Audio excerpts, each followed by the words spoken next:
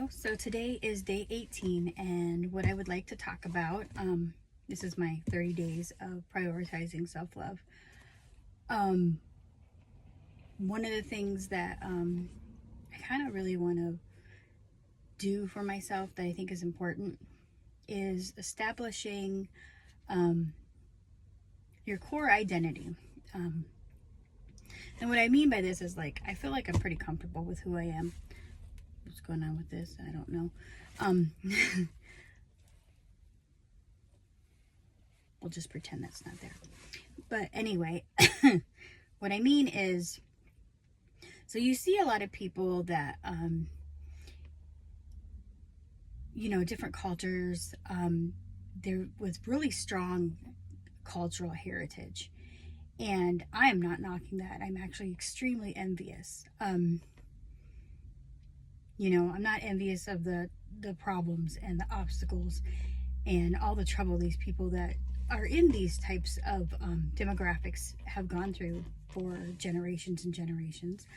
But what I'm saying is, as an American, with multiple, I don't want to say sources, but I would say, excuse me, in both of my mom's and I think in my dad's. My dad was adopted, so I only know slightly what he has. He does have some Native American, but not enough to really know, and my mom has some, but not enough to really know. But most of my mom's heritage too is like, European, but it's not like one thing, it's like a multiple. And I feel like a lot of us Americans are like that. And I'm wondering if this is why sometimes, and I'm not excusing or trying to put people in a box, but what I'm saying is, for me personally, it's frustrating because, I'd like to know a little bit more about my heritage. Now, I do have relatives that have done like the DNA thing or whatever, but maybe that's something that I should look into, because I really want to know deeply, like what my ancestors did. What's going on with my ancestors? What brought me to where I am today, right?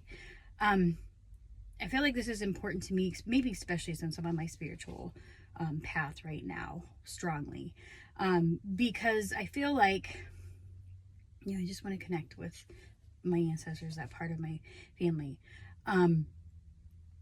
But I don't really know where to go with that. And then I feel like this might also be something that other Americans deal with. And unfortunately, a lot of times the only thing we have for, something we can say is American culture is consumerism and either right or left, right? Not trying to be nasty, but it's like, and I'm not trying to be unpatriotic. I'm just trying to, from my point of view, this is how I feel. I try to get my kids to, they're very inclusive kids, they're accepting of everybody, and I try to get them to be free thinkers. So I don't want to box them in as far as like, what kind of things that they believe in or what they feel is right. But number one, we do teach them that love is important, and that treating other people the way you would like to be treated, golden rule, right, is important. So to kind of veer off into a different topic, but kind of in the same sense, I feel like we kind of create our own identity culturally and spiritually in the things that we hold important, right? So if you look at symbolism in religion and culture, like, can mean one thing to one culture and one thing to another. Like, take the cross, for instance. Yes, it's important in Christianity, but it was also important in other cultures, Native American and other, indigenous cultures over in the Americas. It was a symbolism of like the sky and the stars. Correct me if I'm wrong, because I do not know that for sure exactly, and I'm sure there's somebody who really knows their culture that if I'm offending you, I'm sorry. But also in ancient Egyptian, it represented the afterlife and immortality. And then, so, I mean, obviously I can see why, that would be something that the early Christians would take on. And then you have the ancient Greek and Romans. For them, it was to ward off evil. They used to use that in certain ways to ward off evil. So, and also let's take like just the number 666. Now, just to say that, like, I remember like being a kid, being born in the Midwest, and you go to church and everything, and everybody tells you, oh, you can't do that, that's evil. Like, even saying that, you thought that you were being bad. When in like certain, I can't remember, it's China, I don't know, certain cultures, it's a number of good luck. It's, and in other areas it means prosperity. As far as the number 6 in numerology, it's actually a very lucky and very loving number. I'm all life past 6, by the way. But anyway, and then like you take things like the swastika. Obviously, when we see that, what do we think? But it's because of our recent history. And as early as like the 19th and early 20th century, people would use that as good luck, because in a lot of cultures, that's what it represented. And it wasn't anything bad or evil. My point is not to pick on any one thing. My thing that I'm trying to talk about is symbolism. Because you can put symbolism on anything and make it mean anything you want. Say you give a gift to somebody. What's your intent? Is your intent good or bad? Do you know what I mean?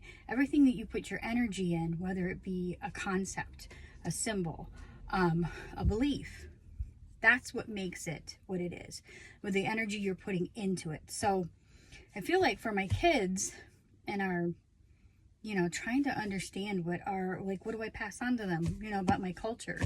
Do you know what I mean? I just think it's beautiful, like all these other cultures that have a rich history, whether good or bad, they embrace a lot of their stuff that way because they can remember it's been passed down to them. And then I kind of feel, and again, I am not discounting anybody whose culture or has gone through horrible things and still go through horrible things.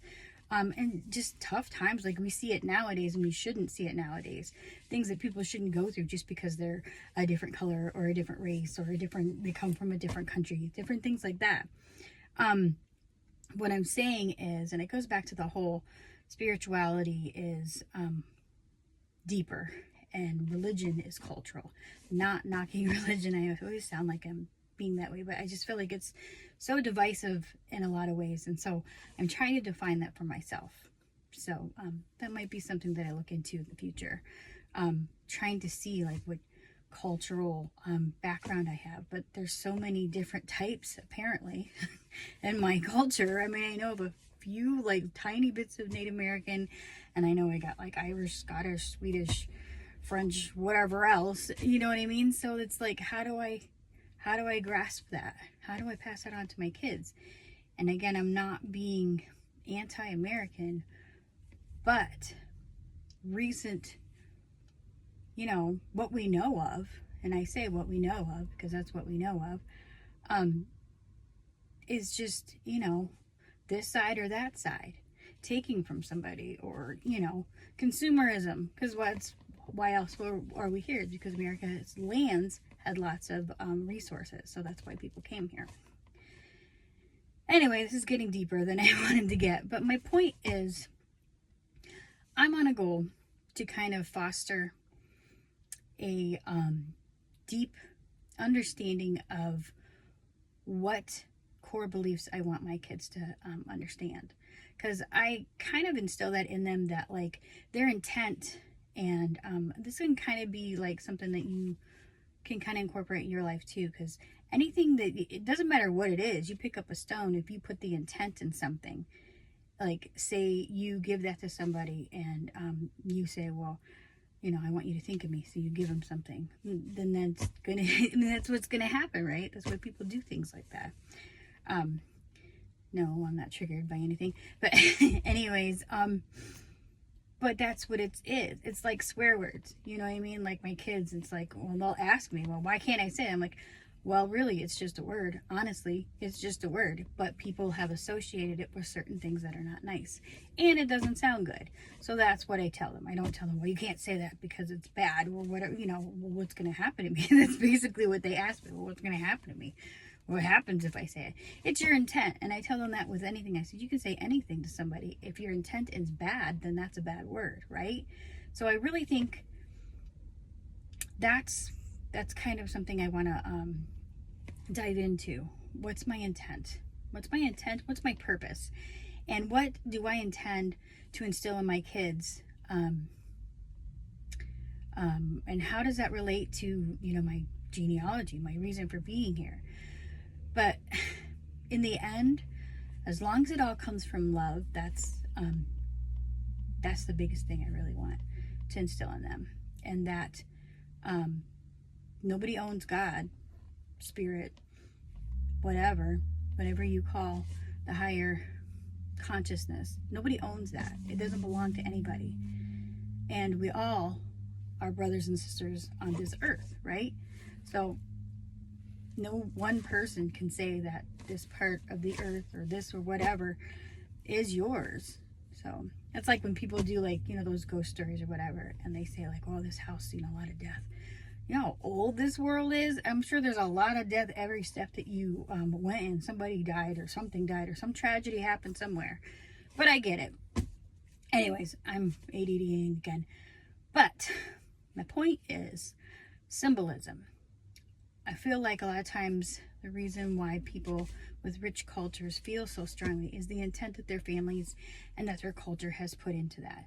And that can be good or bad, but at the same time, that gives us an opportunity to look at how we're using symbolism. Why are we using something?